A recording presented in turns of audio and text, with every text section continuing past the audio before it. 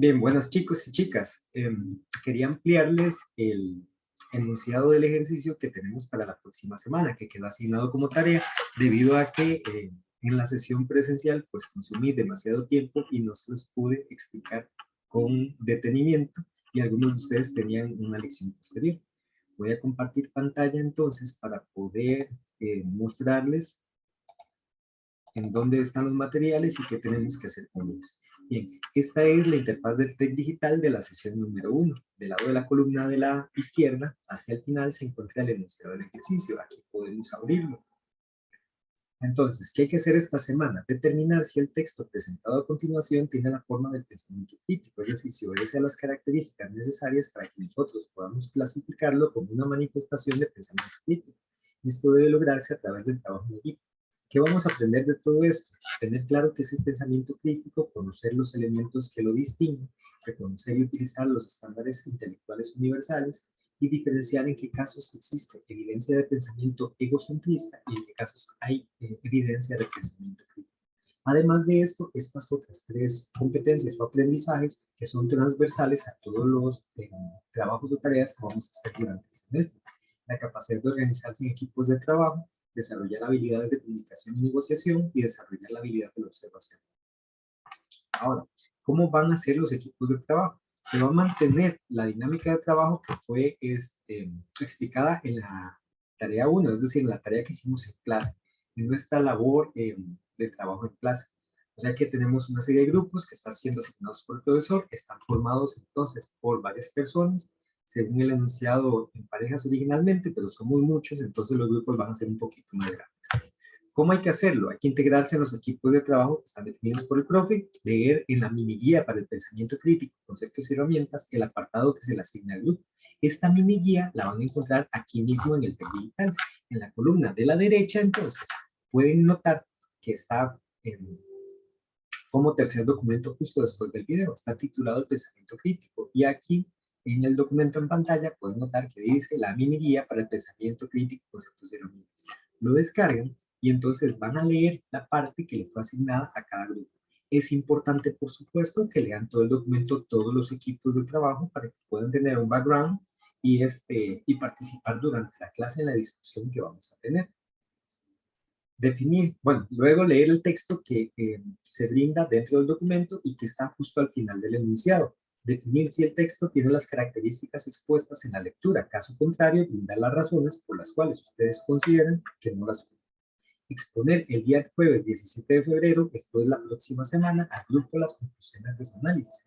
Para ello harán uso de una presentación digital montada en Google Slides de un máximo de 4 láminas. Por ser un proyecto de naturaleza colaborativa, todos los grupos la montarán en el presente archivo. Entonces, aquí está el enlace al archivo que ustedes pueden utilizar o deben utilizar más bien para su montaje.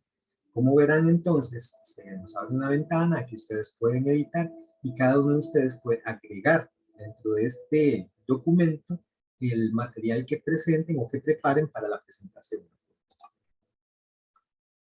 Bien, ¿cuáles son las reglas? Cada grupo tendrá una parte de la lectura, sea con los elementos de pensamiento crítico o con los estándares intelectuales. El grupo 1 se encargará de explicar los siguientes elementos del pensamiento: propósito del pensamiento, pregunta en cuestión e información.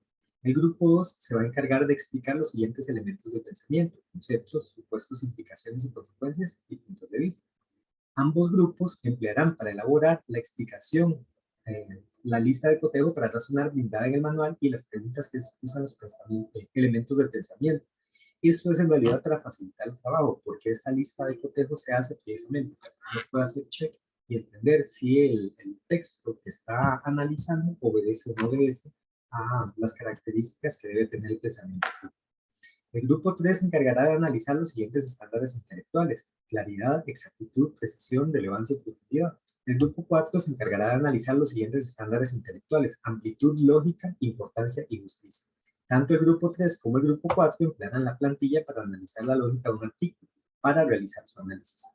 El grupo 5 explicará las características intelectuales esenciales. Entonces, cada uno de los grupos, a la luz de esta porción del documento que les corresponde, va a decir si el texto tiene o no tiene elementos que lo permiten clasificarse como pensamiento crítico.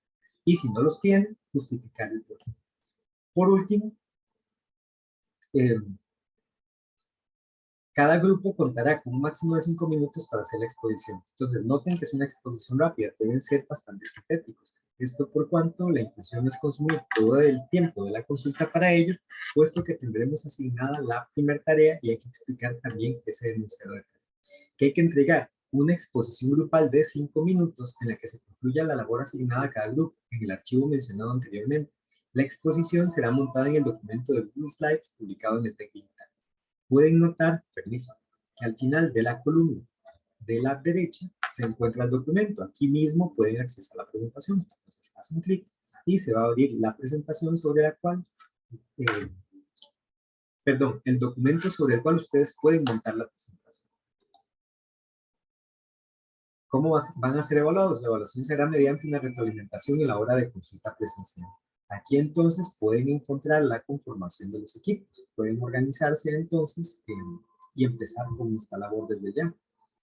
Y el texto a analizar es este. Se llama ¿cuáles son las características que debe tener la indumentaria canina? Este texto realmente lo hicieron estudiantes hace 1 o 2 años